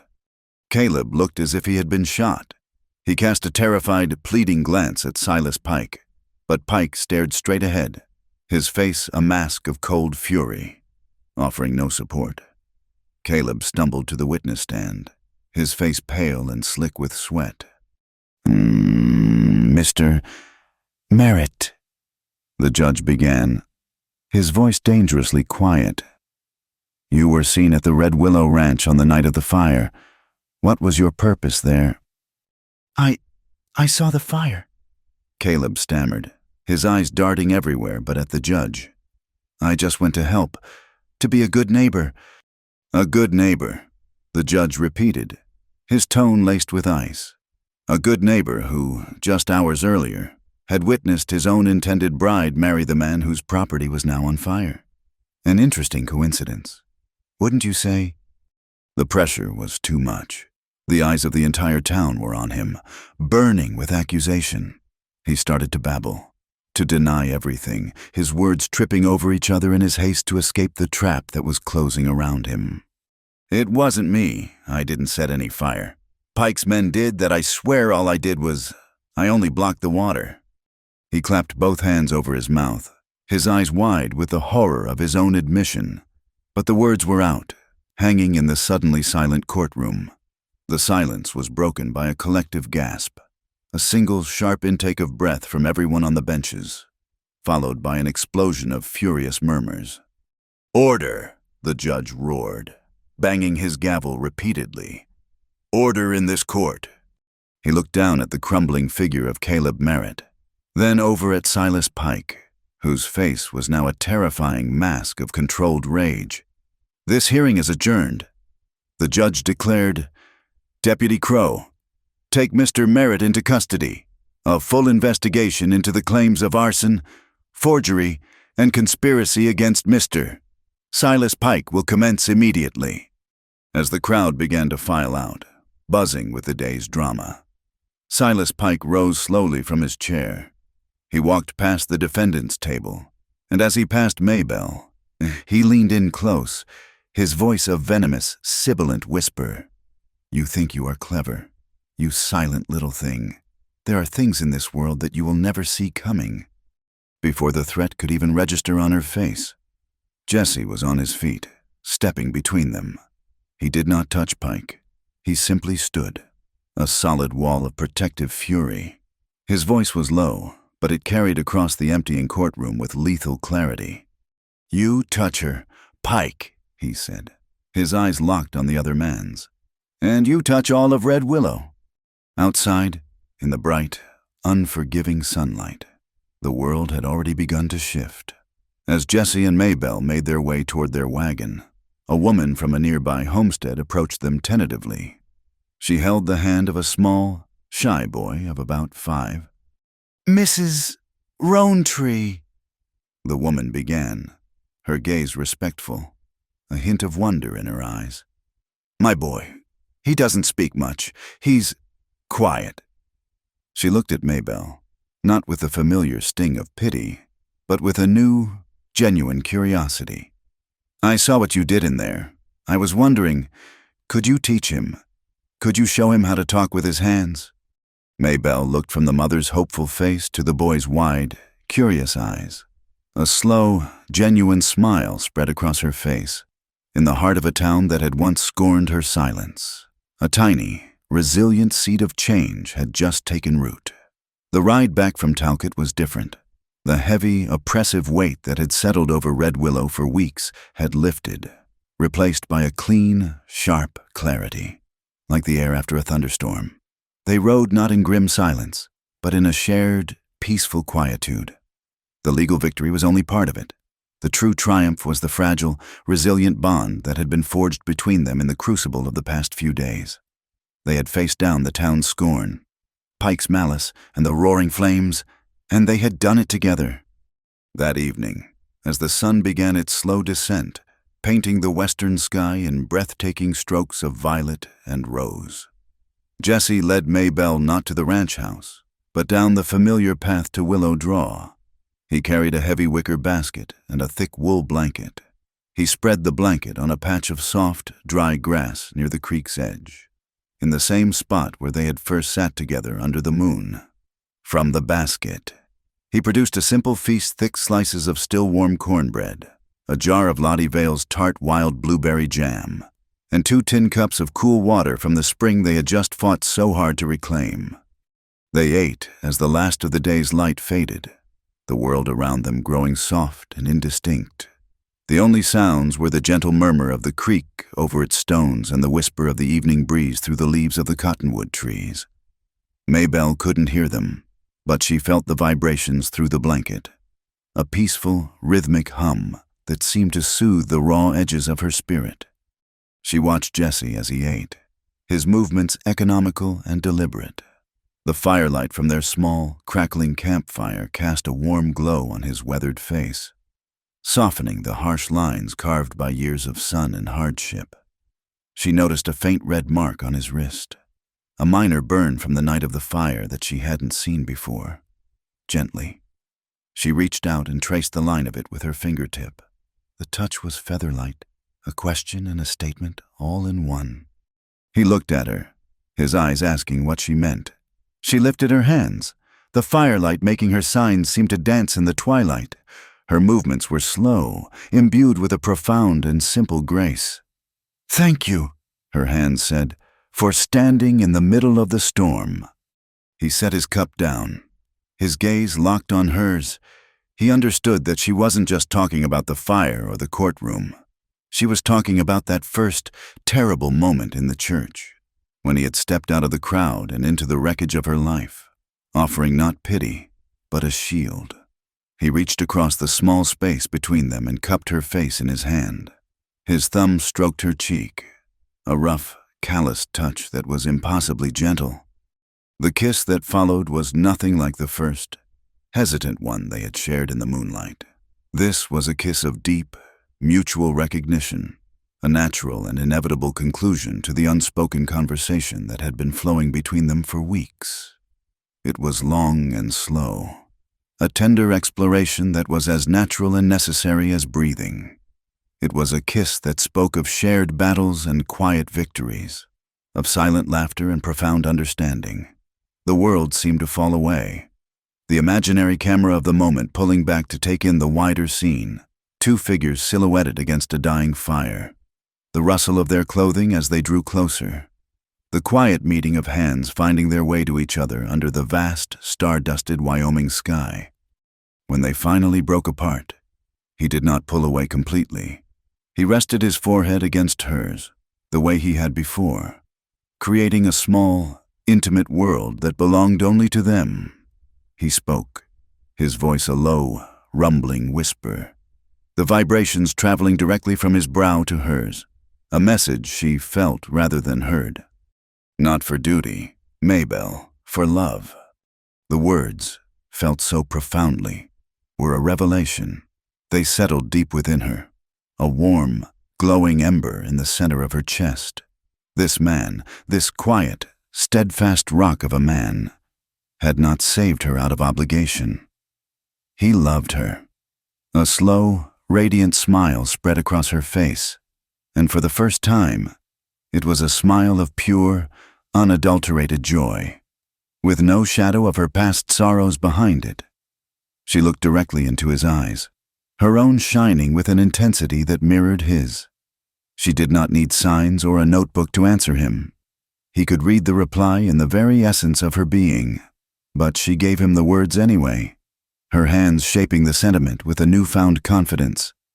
"I choose you, every day." The perfect, fragile peace of the moment was shattered by a sudden change in the air. The wind, which had been a gentle whisper, suddenly gusted, kicking up embers from their campfire. Jesse stiffened, his head lifting, his whole body going still and alert. He placed a hand flat on the ground beside him, closing his eyes in concentration. For a moment, Maybelle didn't understand. Then she, too, felt it, a faint, erratic vibration in the earth, different from the steady thrum of the creek. It was the discordant, intermittent rhythm of shod horses, moving with purpose through the darkness. Jesse was on his feet in an instant, his eyes scanning the dark ridge that overlooked their small camp.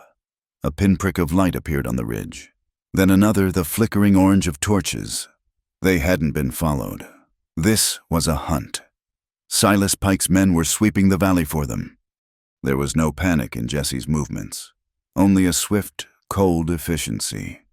He kicked their small campfire apart, scattering the embers and dousing them with the water from their cups. The darkness that rushed in was sudden and complete. He grabbed Maybelle's hand, his grip firm and reassuring. "Come," he mouthed, his face inches from hers. He led her not back up the main path, but straight into the cold, rushing water of Willow Draw. The shock of the icy creek took her breath away, but she didn't hesitate, trusting him completely. They moved downstream, using the sound of the water to cover the noise of their passage. After 100 yards, Jesse veered toward the opposite bank, pulling her up onto a steep, rocky embankment. He pointed to the small signal lantern he always carried in his saddlebag, which he had brought with them. He lit it, but kept the shuttered side facing the ridge, casting the light only on the ground before them. Then he raised and lowered it 3 times in a quick, sharp rhythm, the signal for danger they had practiced. He was hoping Elias, his old ranch hand, was watching from the silo. The voices of the riders carried on the wind now, coarse and angry shouts. They had found the doused campfire. Jesse extinguished their own lantern, plunging them back into absolute blackness. He pulled Maybelle behind a large outcropping of granite boulders, pressing them both into the deep shadows. They could hear the horses crashing through the underbrush on the other side of the creek, the men cursing as they lost the trail. They were trapped, with open ground between them and the safety of the ranch house.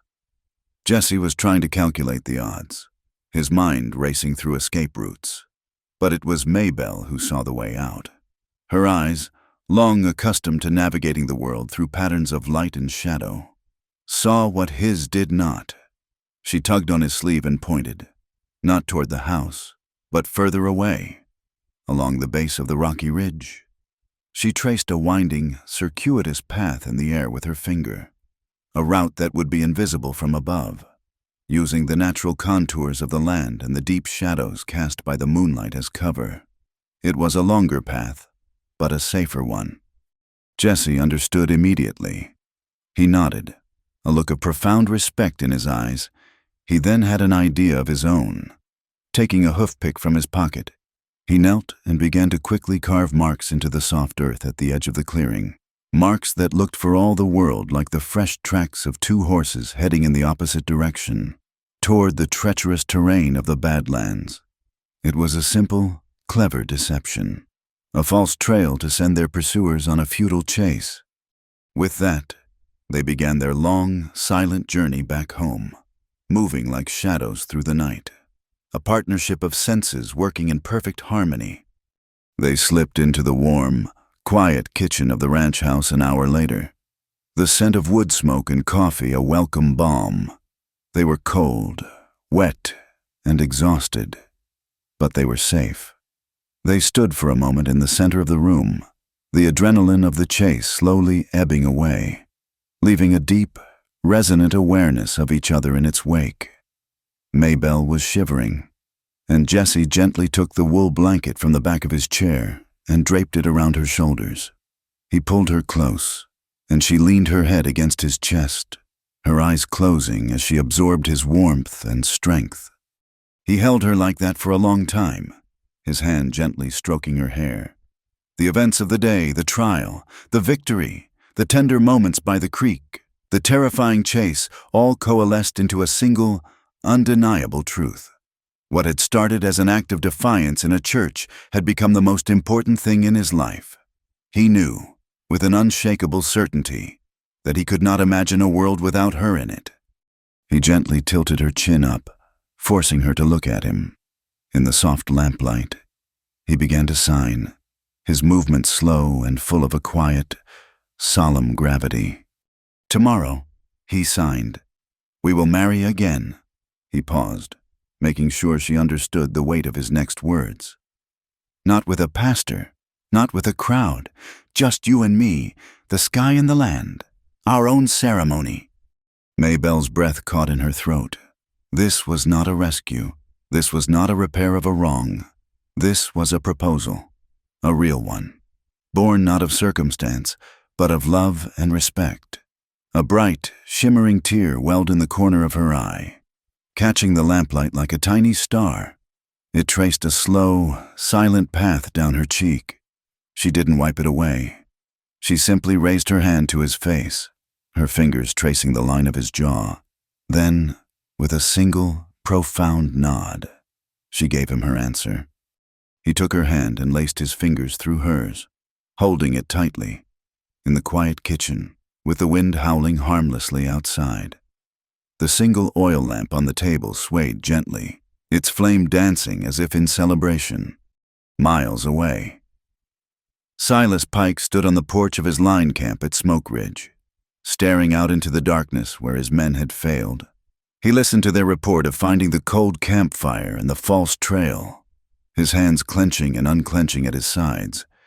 He had been outmaneuvered, made a fool of, first in the courtroom by a silent woman and a piece of old paper, and now, in the wild, his own territory, by that same woman and her stubborn rancher husband. His rage was a cold, simmering thing.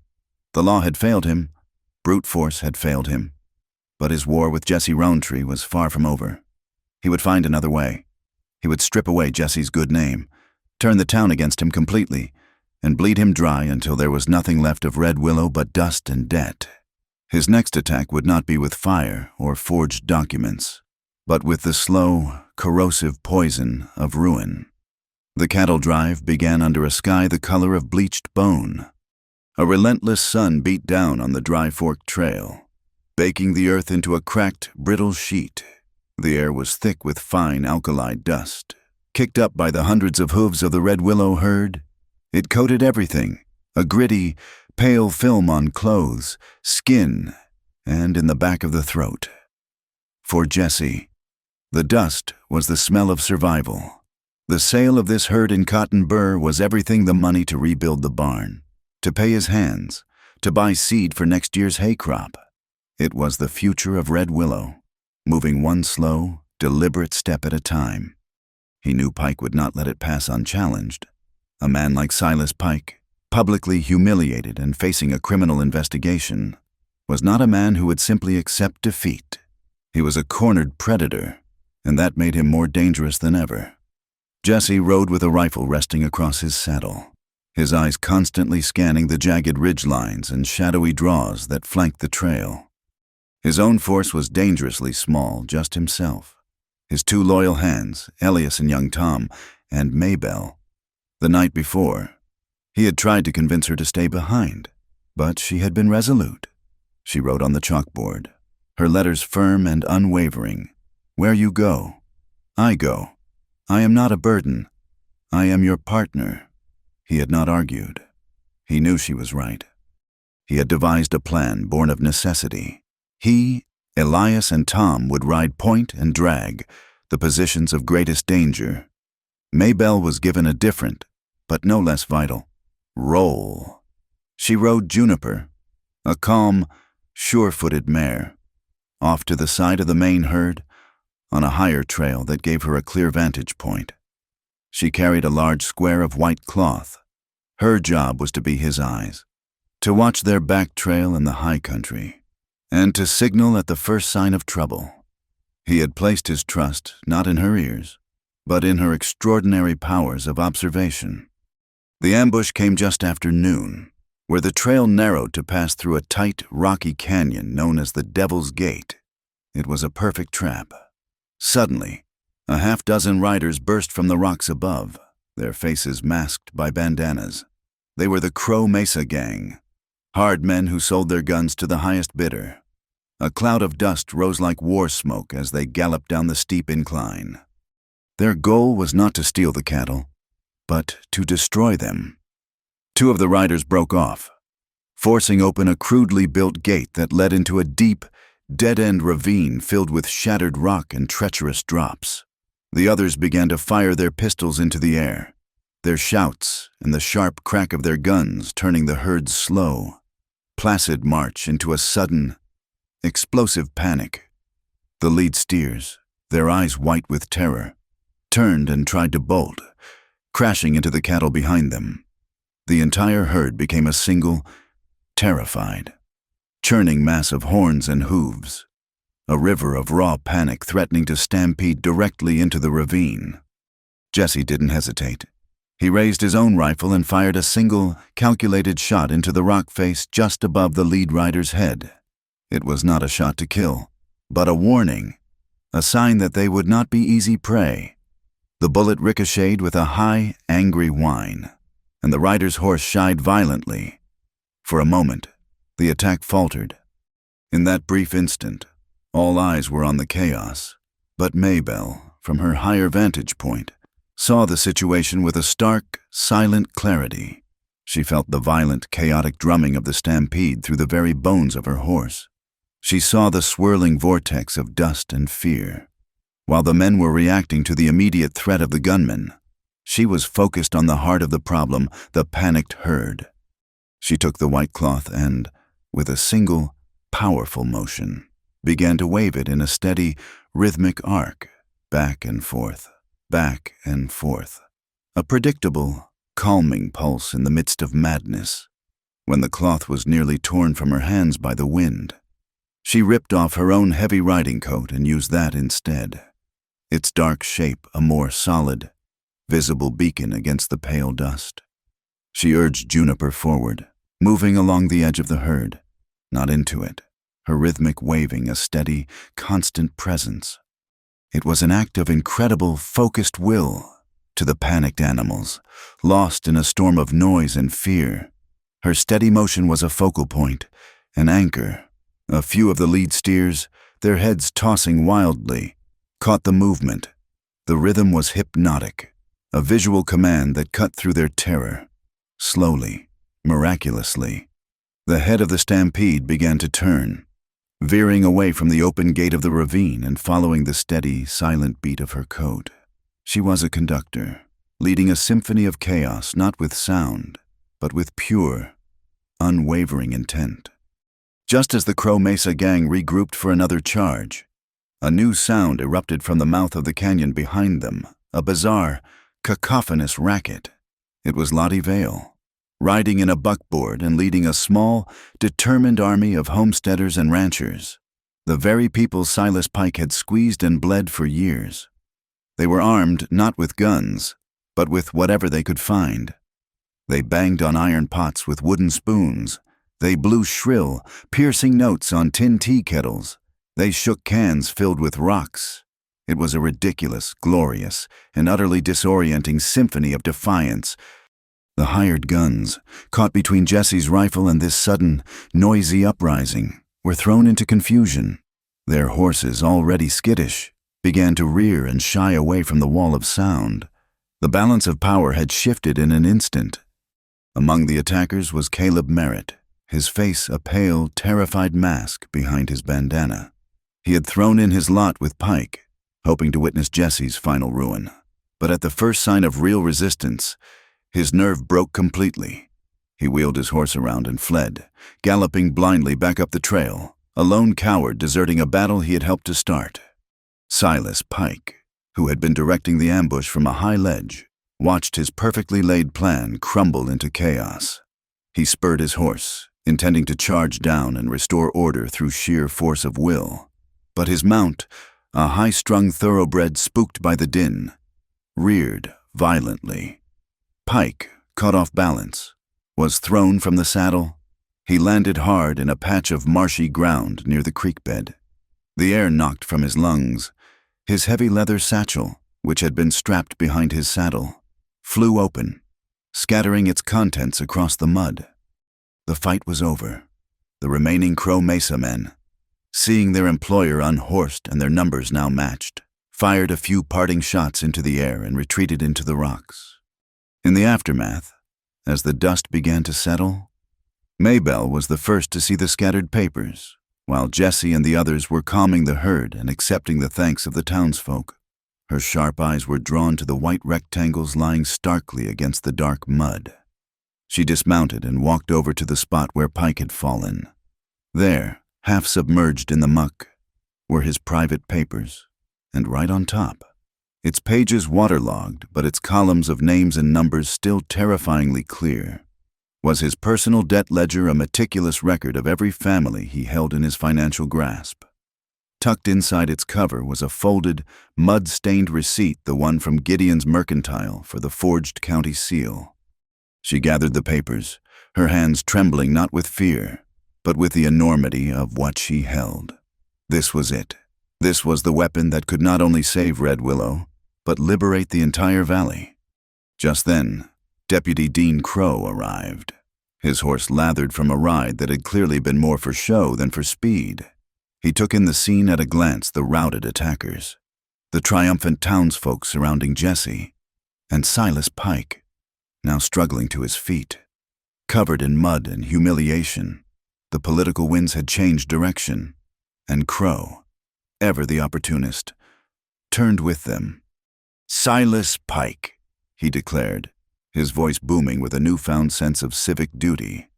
"In the name of the law, I am placing you under arrest for conspiracy, incitement to violence, and attempted grand larceny." He made a great show of pulling out his handcuffs, trying to position himself as the hero who had arrived in the nick of time. A few of the ranchers, their face grim with years of resentment, started to move toward Pike, their hands clenched into fists. For a moment, a wave of mob anger threatened to crest, but Jesse stepped in front of them, holding up a hand. "Hold on," he said, his voice cutting through their anger. "The law will do its part. We've done ours." He looked around at the faces of his neighbors, his expression one of weary resolve. "Our job is to tend the herd and protect each other. Let the judge handle him." Reluctantly, the men backed down, their anger giving way to a grudging respect for Jesse's steady leadership. The herd was safe. They had won. Amidst the settling dust and the low, complaining sounds of the cattle, Maybelle walked toward Jesse, the precious ledger clutched to her chest. He met her halfway, his face grimy with sweat and dirt, a tired, relieved smile cutting through the filth. He looked at her, at the strength and courage shining in her eyes, and a laugh escaped him, a real, open-throated laugh of pure, unadulterated relief. She saw it, saw the joy and the pride in his face, and she answered with her own silent, radiant smile. It was a moment of perfect, shared victory, silent but brilliant under the harsh Wyoming sun.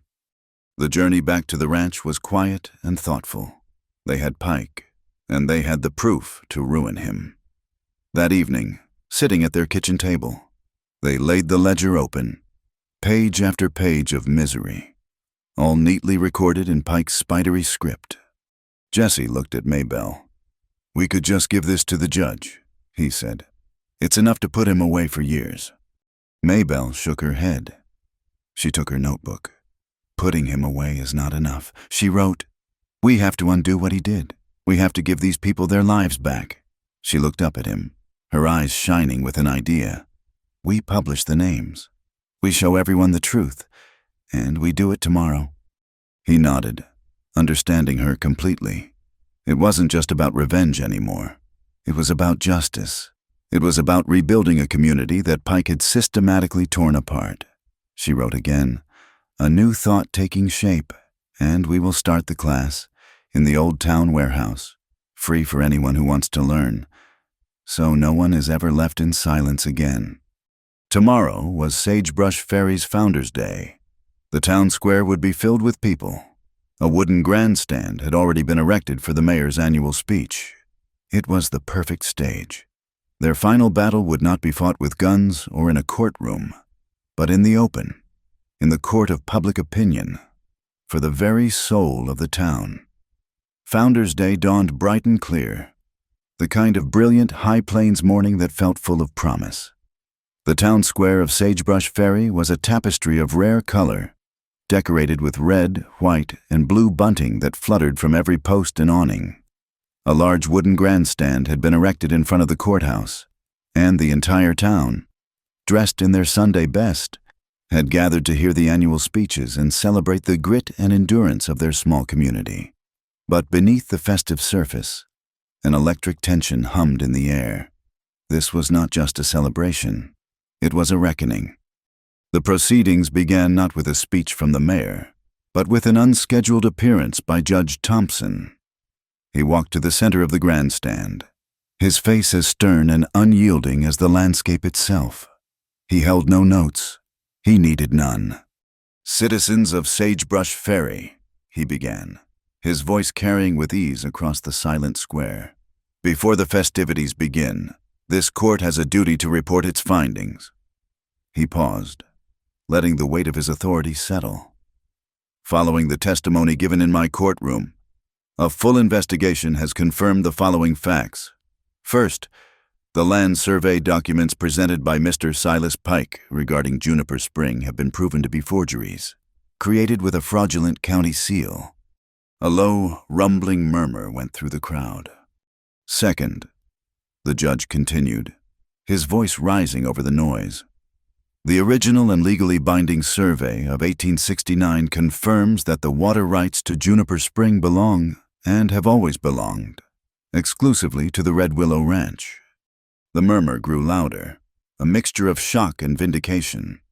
"And third," Judge Thompson concluded, his eyes sweeping across the crowd and landing for a moment on the pale, sweating face of Dean Crow, who stood near the back.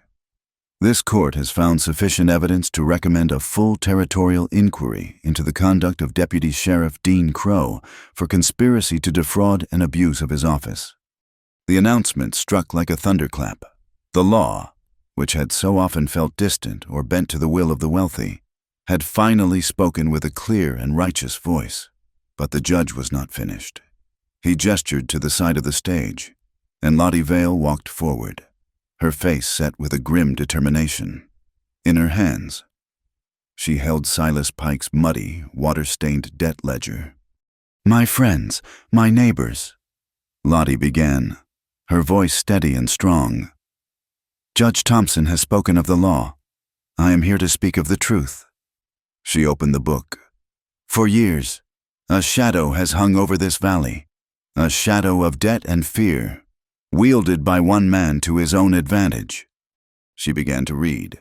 She started with the name of a homesteader who had lost his farm just last spring. Amos Pritchard. Loan for seed $40. Interest compounded monthly at a rate that is illegal in every civilized state. Final debt collected his entire northern pasture, the one with the well. She read another name. The widow McGinty.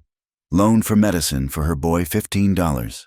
Final debt collected her 2 prize dairy cows, the only source of income she had. One by one, she read the names. They were not strangers. They were the people standing in the crowd, their friends, their family. With each name, the story was the same. A small loan, an impossible interest rate, a ruthless collection that stripped families of their land, their livestock, their very dignity. The initial murmurs of the crowd died away, replaced by a heavy, breathless silence. The festive bunting seemed to mock the cold, hard numbers that Lottie read into the air. Husbands looked at wives, their faces pale with the sudden, public revelation of secret, shameful burdens. The town was not just hearing a list of debts. They were hearing a confession of their own silent suffering, a story of a community being slowly bled dry from the inside out. When Lottie finished, the silence in the square was absolute, as profound as a winter midnight. Into that silence, Jesse Rowntree helped Maybelle Hart onto the stage. A wave of confusion rippled through the crowd. They saw the deaf girl, the source of so much gossip, the woman at the center of the storm. She looked small and fragile on the large wooden platform. Jesse stood beside her, not in front of her, his posture that of a partner, not a protector. Maybelle walked to the center of the stage and took a deep breath, her eyes sweeping across the sea of faces before her. She saw their pity, their curiosity, their lingering judgment. She felt the vibration of their collective, unspoken question through the soles of her shoes. Then, she raised her hands. Her movements were not the frantic, desperate signs of their earlier encounters. They were fluid, deliberate, and imbued with an unshakable power. She began to speak. Jesse's voice followed her hands, a perfect echo. He did not embellish or interpret. He was merely the sound for her voice. I came to this town to be a wife, his voice rang out, translating the graceful arc of her hands. In your church, I was met with mockery. In your streets, I was met with whispers. She paused, her gaze unflinching. You looked at me, and you saw a broken thing. You saw a silence you could not understand. So you filled it with your own assumptions. You filled it with your pity. You filled it with your scorn. Her hands moved with a new, sharp intensity, each sign a carefully sculpted point of truth. Jesse's voice matched her, becoming as hard and clear as hammered steel. My silence is not an absence. It is not an empty space for you to place your contempt. My silence is a room. It is a room where I have learned to see things you do not see, to feel things you do not feel. It is where I learned to listen to the truth, not just the noise. A profound stillness had fallen over the crowd. They were not just watching, they were transfixed, witnessing a form of communication, a form of power they had never imagined. Maybelle's expression softened. This town has been hurt, she signed. Jesse's voice gentling with hers. You have been set against each other by fear, but a community is not built on what is said. It is built on what is understood. She held up her hand, palm out. Today, I will teach you 3 words in my language, the only 3 words that matter. She shaped the first sign, a hand touching her forehead and then moving outward. This, Jesse said, is respect to see the person, not just the difference. She then crossed her arms over her heart. This is sorry, to acknowledge a wrong and to wish it undone. Finally, she brought her 2 hands together, her fingers linked. And this is together, the way a community is meant to be. She held the last sign and looked out at the crowd. For a long moment, no one moved. Then, a small boy in the front row, the same quiet boy whose mother had approached her, shyly raised his small hands and copied the sign for together. His mother, her eyes filled with tears, did the same. Then another child, and another. A ripple of movement spread through the crowd as adults, shamed and inspired in equal measure, began to clumsily copy the signs, hands that had pointed in judgment, hands that had wrung in secret anxiety, were now being raised in a shared, silent language of hope. It was a forest of hands, a chorus of silent voices speaking together for the first time. At the edge of the square, 2 deputies were placing Silas Pike in handcuffs. He did not go quietly. It's a conspiracy, he bellowed, his face purple with rage. She's tricked you all. This is a sham. But no one was listening to him anymore.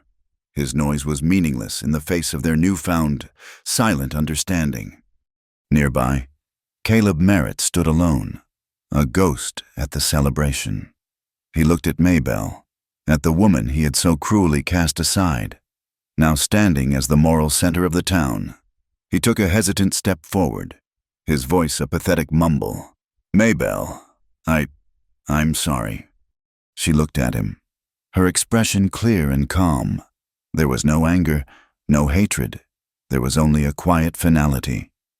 She raised her hands one last time, signing a message just for him, though the whole town saw it.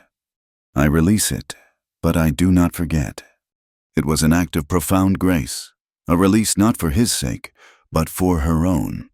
With that, Caleb turned and walked away, melting into the crowd, his figure growing smaller and smaller until he was just a departing shadow.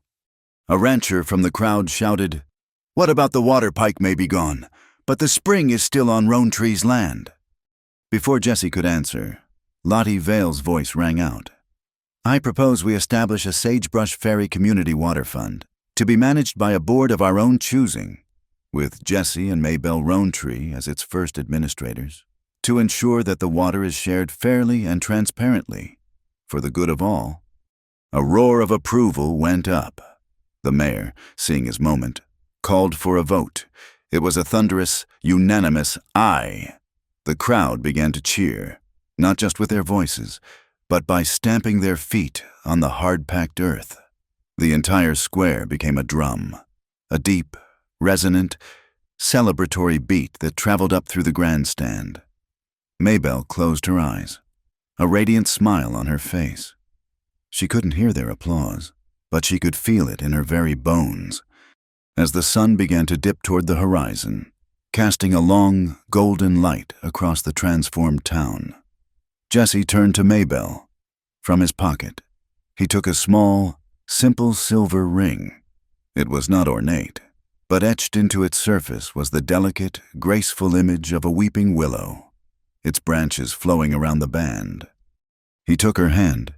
He did not sign, he simply spoke, his lips forming the words slowly and clearly. For her and her alone. "This time," he said, "it is a choice." He slid the ring onto her finger. It fit perfectly, in front of the entire town, with their past laid bare and their future bright before them. He leaned down and kissed her. It was a quiet, certain kiss, a promise made not in desperation, but in love and in light. The children cheered, and the adults applauded, a genuine, heartfelt sound of celebration. Their story was no longer a scandal. It was a legend. The revenge was complete. No blood had been shed. No vengeance taken in the dark. Silas Pike's empire had been dismantled not by bullets, but by the truth. Caleb Merritt's cruelty had been answered not with hatred, but with a grace he could never comprehend. The town's scorn had been transformed into respect. It was a victory won not just for Red Willow, but for the very idea of what a community could choose to become. 1 year later, a new log cabin stood at the edge of a vast, unbroken field of silver-green prairie grass that shimmered in the wind, a field the locals had come to call prairie glass. The cabin was not Jesse's old, dark, fortified ranch house. This one, built by the hands of a dozen grateful neighbors, was designed not for mere shelter, but for light. It had great, wide windows facing east and west, built to drink in the sunrise and hold the last embers of the sunset. It was a house built for seeing, and it was here, every afternoon as the sun began its long, gentle descent, that a quiet and joyous miracle took place.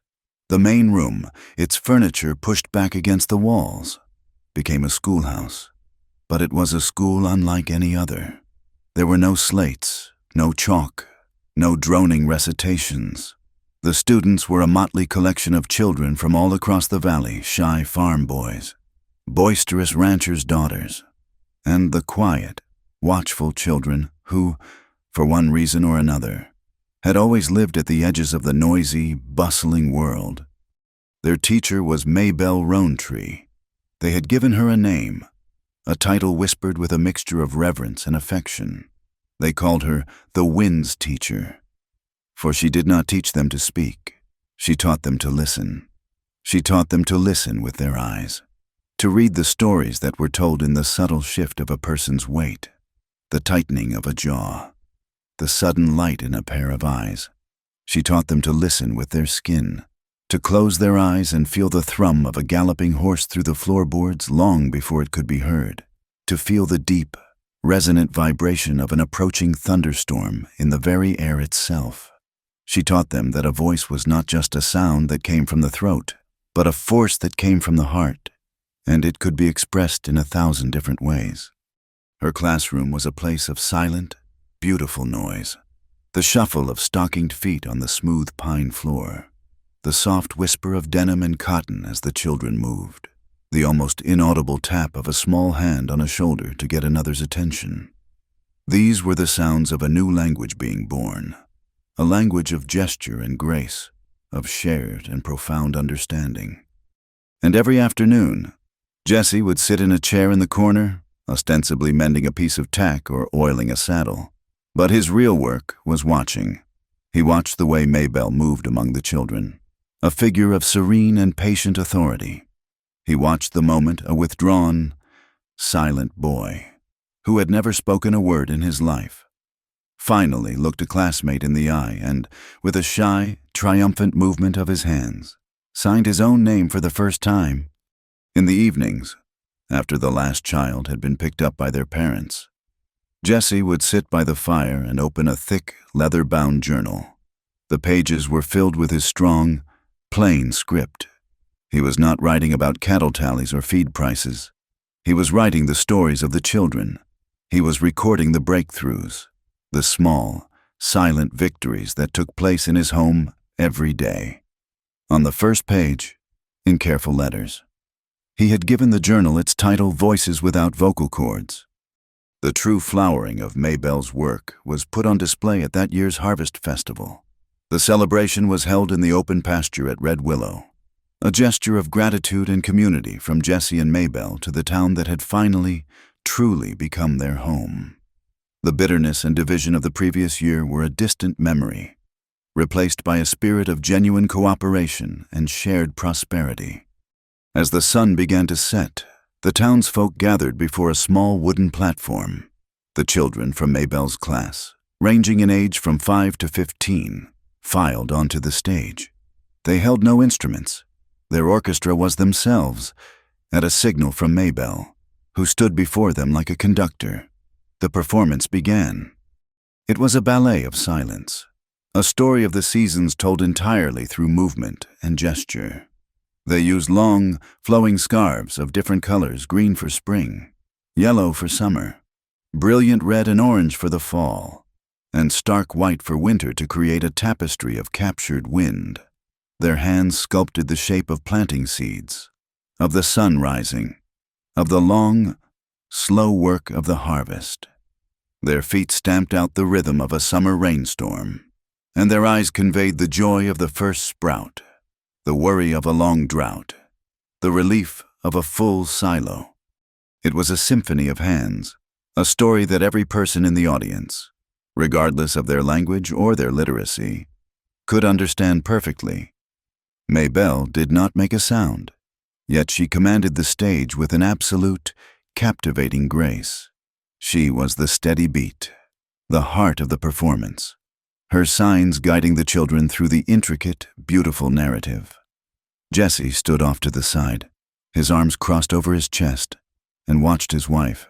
He saw not the fragile, broken girl from the church, but a woman of immense power and profound beauty, a woman who had taken the silence that had been used as a weapon against her and had transformed it into a gift for an entire community.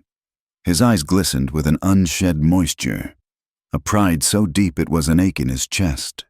When the performance ended with all the children linking hands in the sign for "Together," the applause that erupted from the crowd was thunderous, a genuine, heartfelt roar of appreciation. Later that evening, when the last of the guests had departed and a deep, peaceful quiet had settled over the ranch, Jesse took Maybelle's hand. He led her, under a canopy of brilliant stars, back down the path to Willow Draw. He spread out the same old wool blanket in the same spot by the creek. He had brought the same simple fair cornbread and a new jar of Lottie's blueberry jam. They sat for a long time without needing to speak, the silence between them comfortable and complete. The air was cool and smelled of dry grass and the rich, dark earth. He held her, his arms wrapped around her, her head resting against his chest. It was a different kind of embrace than the first ones they had shared. He held her not with the desperate grip of a man saving a life, but with the quiet, certain strength of a man who had found his... He leaned down and rested his forehead against hers. "My brave Maybelle," he whispered, letting her feel the words, the deep, rumbling vibration of her name spoken with a love that was now as elemental as the land itself. She looked up at him, her eyes seeming to hold all the starlight of the night sky. She lifted a hand and laid it flat against the center of his chest, right over his heart. Her fingers shaped a single, perfect sign. "Home." He smiled, a slow, gentle curve of his lips. He covered her hand with his own, pressing it closer. Then, he brought his other hand to her face, his fingers moving with the familiar, loving grace she had taught him. "Forever." The wind sighed through the weeping willows, their long branches brushing against the surface of the water. The creek murmured over its stones, the ripples catching the starlight like 1,000 tiny, scattered diamonds. It was the world's applause, a gentle, eternal ovation for those who had been lost in the silence and had finally found their way home. The town of Sagebrush Ferry was changed. on the public bulletin board, next to the notices for livestock auctions and town meetings, was a permanent, neatly lettered schedule for Maybelle's class. Tacked beside it was a new town ordinance, ratified unanimously, outlining a code of conduct for respectful communication with all citizens, regardless of their abilities. The Community Water Fund, managed with transparent honesty by a board of ranchers, had successfully navigated them through a dry summer without a single dispute. Silas Pike was serving a long sentence in the territorial prison, his name already becoming a cautionary tale for greedy men. Dean Crow had been stripped of his badge and had left the territory in disgrace. And Caleb Merritt, the man who had set the entire story in motion with his casual cruelty, was a ghost, a rumor. The last anyone had heard, he was working as a common laborer in a silver mine in Nevada, his soft merchant's hands now calloused and broken. A final, fitting lesson for a man who had never understood the true meaning of a person's worth. Back in the new cabin, a single lamp cast a warm, golden pool of light on the central table. A new leather journal lay open. Two hands, one large and calloused, the other slender and graceful, were clasped together on top of the first, unwritten page. Behind them, through the large window, the prairie grasses shimmered like a silver sea under the light of the moon. If one were to look at the last page of Jesse's first journal, they would find a final entry, written in his strong, clear hand. The words served as the perfect, quiet testament to their long journey. She does not hear the applause, but the whole valley is listening to her. Thank you so much for listening to our story. We'd love to know where in the world you're tuning in from, so please drop a comment below to say hello and share your thoughts. If you enjoyed this tale, please subscribe to our channel, Wild West Stories 1850. Give this video a like, and consider hitting the hype button to help this story be heard by more people. Your support means the world to us.